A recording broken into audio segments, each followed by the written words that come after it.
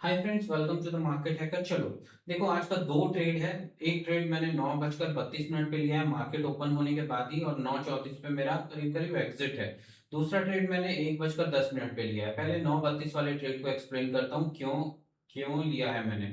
Put trade है, मतलब मैं मार्केट में बियरिश था 9:32 का। सबसे पहले 9:32 का हम लोग देख लेते हैं एक बार। 9:32, 9:16 पे मार्केट ओपन होता है। पहले मिनट का कैंडल थोड़ा सा गैप डाउन खुलकर एक ग्रीन कैंडल बनाता है, फुल बॉडी कैंडल होता है। तो इसके ऊपर मुझे कोई एसएल नहीं मिल सकता था, तो यहाँ पे मैं बाय भी नहीं कर सकता था ईएमए के ऊपर रहने के बावजूद भी। 9:32 पे मैंने क्यों लिया है वो देखो आप। प्राइस यहाँ पे आने के बाद जब एक बार ईएमए के नीचे क्लोज करने लगा, ईएमए के नीचे क्लोज करने के बाद फिर से ये करेक्ट होता है। करेक्ट होने के बाद ये वाला कैंडल आप देखोगे तो ये 9:31 का कैंडल है, ये वाला कैंडल।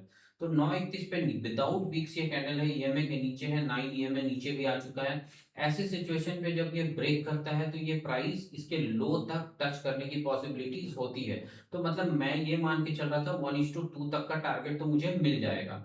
सेम टाइम ये इस कैंडल के नेक्स्ट कैंडल में यहाँ पे मेरी एंट्री होती है 32 पे।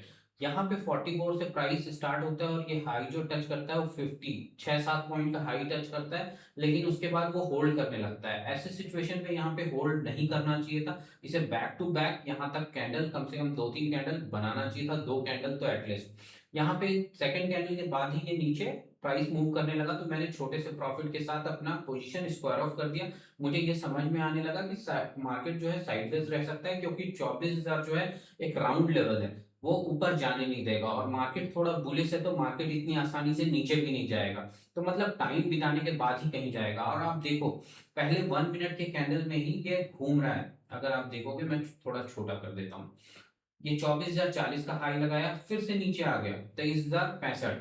आप देखोगे ये इसी में मूव करता रहा, फिर से 24,000 के बाद फिर से नीचे आ गया 23,070 के आसपास। तो ये अगर देखोगे 1 बजे तक भी इसी जगह मूव कर रहा है। तो मैंने क्या किया, जब ये दोबारा 24,000 से नीचे आ रहा था, यहाँ पे ये रेंज बनाने के बाद जब ये 2 घंटे का करीब करीब ब्रेकडाउन दे रहा था, तो इस कैंडल के ब्रेकडाउन के बाद मेरा फिर से एक एंट्री बना पुट साइड में। आप ऑर्डर को देखो, उस पर टाइम आपको दिख जाएगा। ये है 1:10 पे मैंने लिया है पुट, 134 रुपए पे, 134 रुपए पे।